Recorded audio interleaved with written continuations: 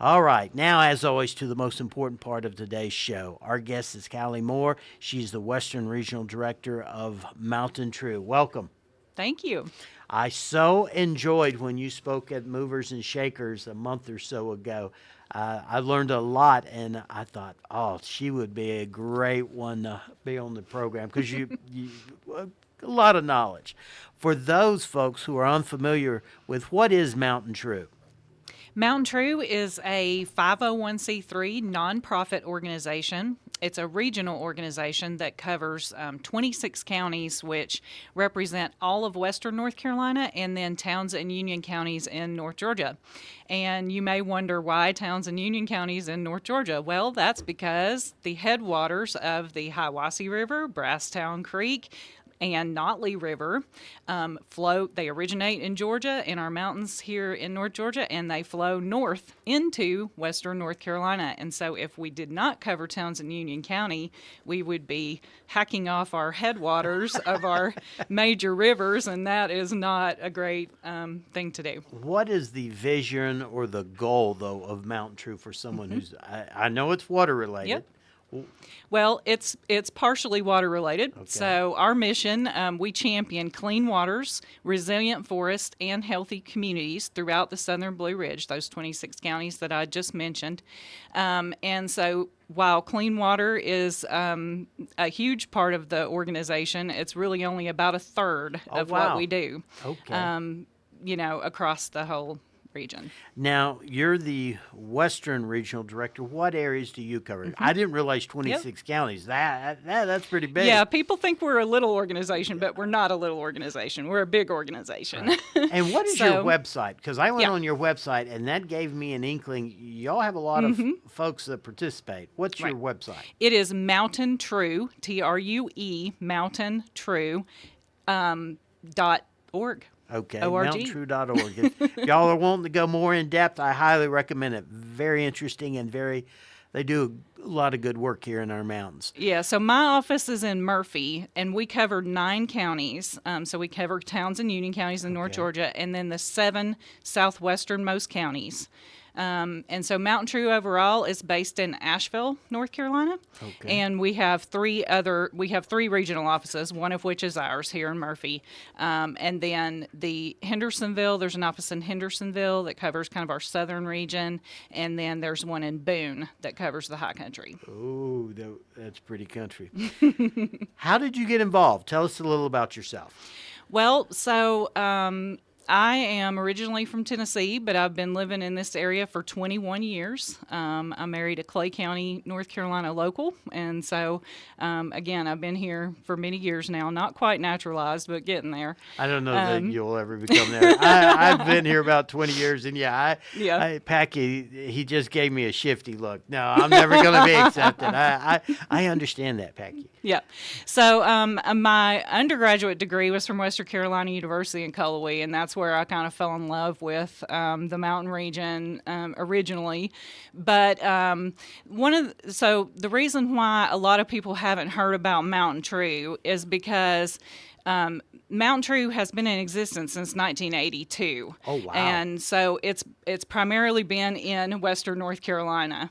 And what happened was in about 2018, MountainTrue started looking to establish a regional office down in the southwestern part of the state.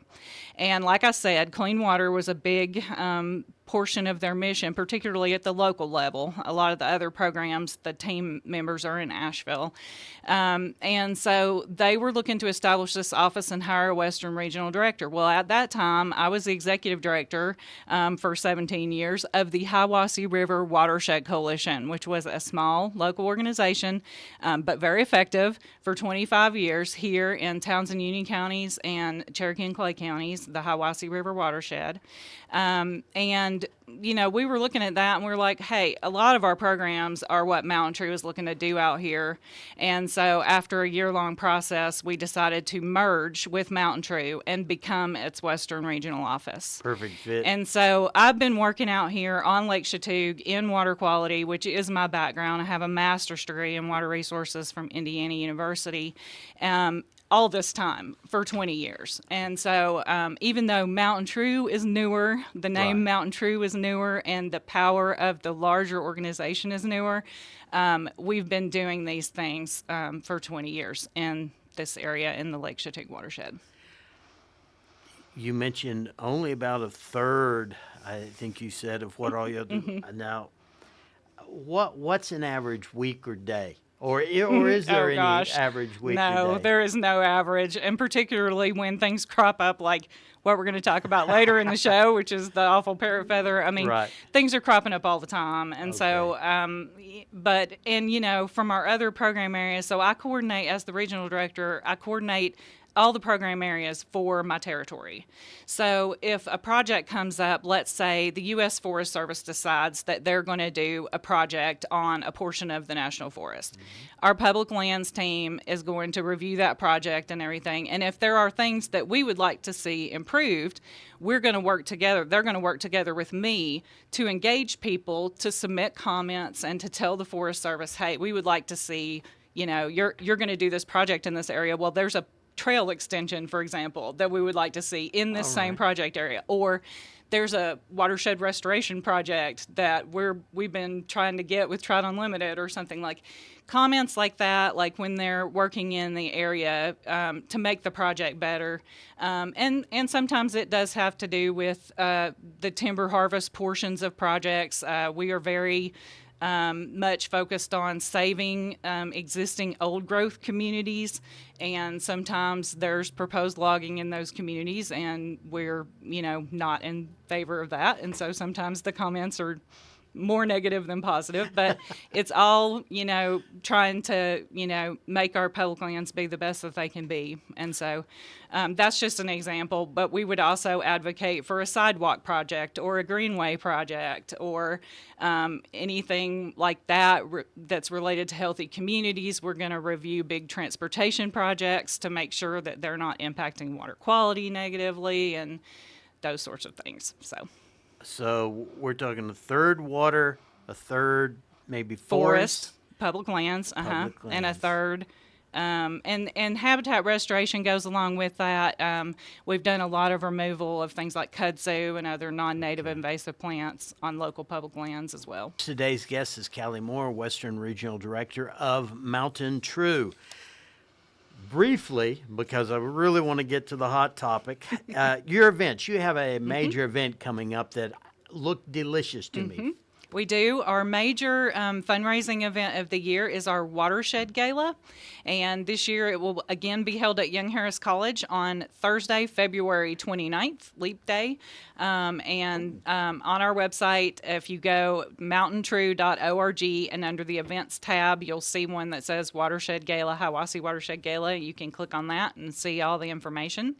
The only other real annual event that we have that I do want to mention is the Lake Chatuge Shoreline Cleanup is always the first Saturday in November here in Towns County, and so check that out. But there's tons of events and outings and volunteer opportunities and everything on that website. Folks, it's for a good cause, this gala, but I like it when a good cause has a little extra. This one, they're serving grilled quail, crab bites, cheese boards, spinach artichoke dip, fresh fruit tray, then a beef tenderloin carving station.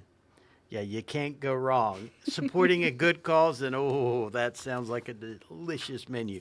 Now, to the big topic in the news of late. It's really affecting real estate. I'm having buyers say, well, I just don't know that I want to buy on Lake Chatuge because of the parrot feather. What is it? Parrot feather is a really particularly nasty, non-native invasive aquatic plant. So we have had small infestations of invasive aquatic plants in Lake Chatuge before, but they've been very small and they've not been particularly difficult to manage, to control, or to eradicate even. So one thing people don't understand about our winter drawdown, so we have this winter drawdown where nobody can access the water and there's all this brown ugly banks, but honestly that has protected us from having a lot of non-native invasive plants because most of them are really killed by that each wow. year. Most of them only grow in very shallow, warmer waters. And so when the lake goes down in the winter, that loss of their moisture and their habitat or whatever, and then the cold of the winter, typically we don't even see them come back the next year. And so Lake Chatuge, our mountain reservoirs, our TVA reservoirs that have the drawdown have really protected us from a lot of the reservoirs situations further south that just have this ongoing problem, including the lakes in Rabun County, which the only time they have a drawdown is for dock repair. And so, they have experienced this parrot feather infestation before we did. And, it's not Lake Burton's fault, but it probably came over on a boat from Lake Burton during a fishing tournament or something like that, or just somebody checking out Lake Chatuge.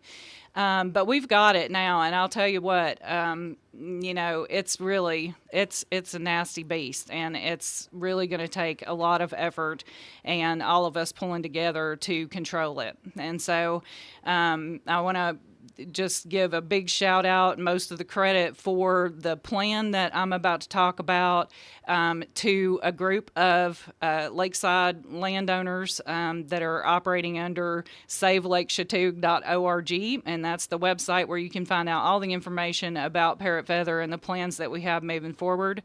They have involved me from the beginning, and we've been working as a team, and along with Towns County Commissioner Cliff Bradshaw, to address this issue. That team put together a proposal for treatment of approximately 250 acres. There's not a hard and fast boundary because we want to get, the most bang for the buck that we can for treating the infestation with an aquatic herbicide. Now, a lot of people have talked about, so first of all, let me say, and you had mentioned this before we got started, it is isolated to Towns County and to a place that is roughly from upstream of the Macedonia, US 76 bridge at Macedonia Baptist Church and the park and ride there, to a point that's approximately just a little bit north of the water intake, the city of Hiwassee's water intake at Lloyd's Landing, Mayor's Park. It goes a little bit beyond that in the north, but that's it. And we've had a lot of people that have been concerned in other areas that have contacted MountainTrue for verification of the aquatic weeds, and we have not verified parrot feather in any other location in Lake Chatuge to date. And we've been out to lots of places, okay? Sure. There are lots of aquatic weeds in Lake Chatuge. That's what makes it such a great fishing lake. That's why we have these fishing tournaments, because we have great fish, and that's their habitat. And so it's very important that it's very important that we control the parrot feather, but it's also very important that we don't destroy our native weed population, because we need that for the ecology of the lake. The baby out with the bathwater, right, so to speak. Exactly. How difficult,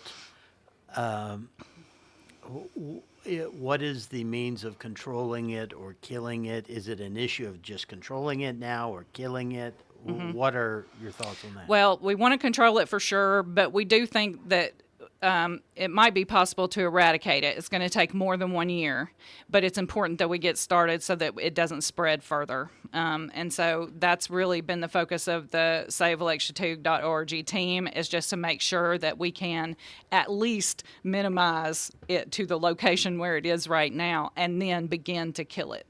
And so we haven't yet selected the contractor, and so we don't. The three different companies that were recommended to us by both TVA and Georgia Power as being able to operate on the scale that we need to really treat the whole thing, both private around private docks and the public part of the lake. We're trying to do the whole thing. Sure. We got proposals from each of those companies, and they're pretty different proposals, and so we're still working through the options and trying to figure out, and of course it all hinges on being able to raise the money. And so the least cost proposal is $235,000. The least? The least cost proposal is $235,000. The most expensive company gave us a range that went all the way up to $400,000. So we are working to raise $250,000 this year before the end of February, so that we can potentially start treatment in March. And let's talk about that. I take it there's a time within which it's best to attack it. Yes. So there are two different particular EPA-approved aquatic rated herbicides I that can't we're go out looking there in at. my Nope. bass boat with Roundup and just Please do not spray anything in the lake yourself. Or Put gas, anything in the throw lake. some gas There are in. pellets. No, those are a no-go. You need to be using a certified commercial applicator, a licensed applicator, because we have a drinking water treatment intake in Lake that's Chatuge. right. And it's very important that a licensed applicator is in charge of these projects and these things, because they know how to handle that. They know to notify the city. They know, what's going to be okay and what's not going to be okay in terms of treatment of the weeds. And so it's Sure. extremely important. A lot of people have asked us, can't we just rake it out? Can't we just harvest it manually? And there are a lot of invasive plants that you can do that with. People are like, oh, down in Florida, we just rake it off and, scratch up the Sure. beach and it goes away. Well, that's probably not parrot feather, is what I Okay. have to say about that.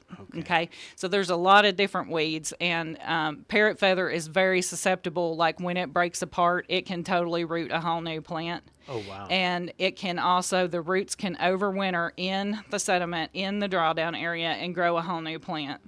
So the tools, the non herbicide related tools that we have are just not going to do the trick in terms of parrot feather. All right. We're down to a minute. What do the folks need to know about parrot feather? Well, parrot feather is just, it's a bad situation that we've got, but we have really good people working on it, and we have a great plan. Whichever plan we choose is going to be a good one, and those of us that are leading this effort are in it for the long haul. And SaveLakeChatuge.org has all the information, including MountainTrue's blog post, and just everything you need to know is on that website. All right. Folks, today's guest has been Callie Moore with MountainTrue. I hope you've enjoyed it. I know the parrot feather has been a big issue of late. Selling a lot of homes on Lake Chatuge, I know that's a big issue. And as always, we appreciate you listening, and we try and bring the very best guests, such as Callie. Thank you for coming, Callie. Thank you for having me.